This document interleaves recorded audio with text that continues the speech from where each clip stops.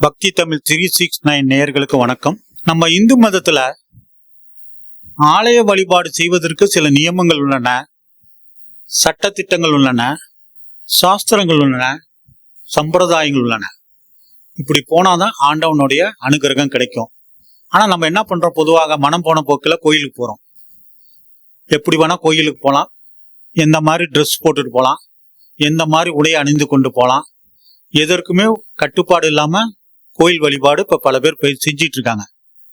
கோயிலுக்கு நம்ம போகலாம், ஆனா இதுக்கெல்லாம் பலன் கிடைக்குமான்னு கேட்டால் பலன் கிடைப்பது கேள்விக்குறிதான். ஏனென்றால் சாஸ்திரத்துல சம்பிரதாயத்துல சில சட்டத்திட்டங்கள் உண்டு.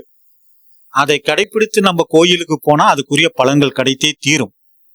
நாம் கடைபிடிக்கவில்லை என்றால் நம்ம சும்மா சொல்லிக்கலாம், கோயிலுக்கு போனேன் வந்தேன், ஆனா பலன் கிடைக்குமாங்கிறது டவுட்டு தான்.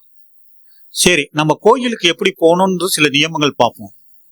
காலையில பொதுவாக கோயிலுக்கு போகணும்னா நம்ம எந்த காலையில போனாலும் சரி மாலையிலும் போனதான் குளிச்சுட்டு போனோம். கோயிலுக்கு போகும் போல ஆண்களா இருந்தா வேட்டி சட்டை இல்லை பேண்ட் ஷர்ட்டோட போகலாம்.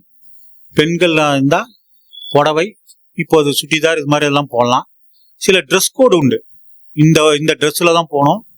சில ட்ரெஸ், அதனால தான் கேரளாவில் என்ன பண்றாங்கன்னா, ஆண்கள் உள்ள வந்தா சட்டையை அவுத்துட்டு வாம்பாங்க, பெண்கள் புடவையோடு தான் வரணும்னு சொல்லி கேரளாவில் சட்டத்திட்டங்கள். ஆனால் தமிழ்நாட்டில் அந்த மாதிரி இல்லை.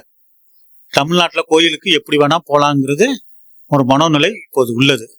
ஆனால் அந்த மனநிலையெல்லாம் இருக்கட்டும், ஆனால் நம்ம அதை கடைபிடித்து போனாலும் அதுக்குரிய பலன் கிடைக்கும். நம்ம கோயிலுக்கு போகும் போல நெத்தியில விபூதியோ குங்குமத்தையோ இல்ல திருமண்ணை அணிந்துகிட்டு போவது சிறப்பு. எதுக்கு நெத்தி கொடுத்தாங்க, எதுக்கு நமக்கு நெத்தி கொடுத்துருக்காங்கன்னா, இறைவனுடைய கண் நம்ம மேல படணும். அப்ப திருநீர் குங்குமம் திருமண் அணிவது சிறப்பு. கோயிலுக்கு போகும்போது மனது தூய்மையோட போனோம்.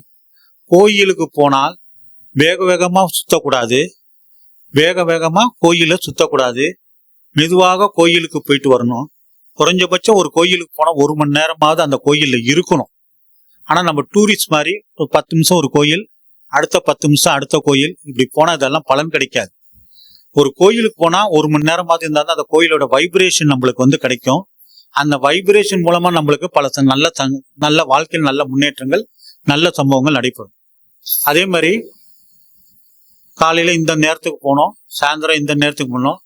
கோயிலுக்கு போகல பெண்கள் கூடுமான வரை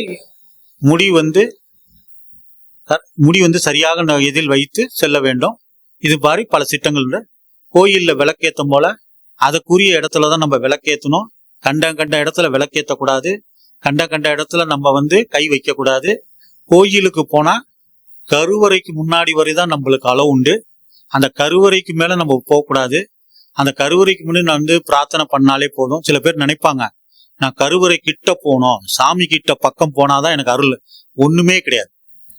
பக்தியை பொறுத்துதான் நம்மளுக்கு பலன் கிடைக்கும். நீங்க பக்கத்துல போய் கருவறை போய் சாமி கும்பிட்டாலும் உங்க பக்தி இருந்தாதான் அங்க செல்லுபடியாகும்.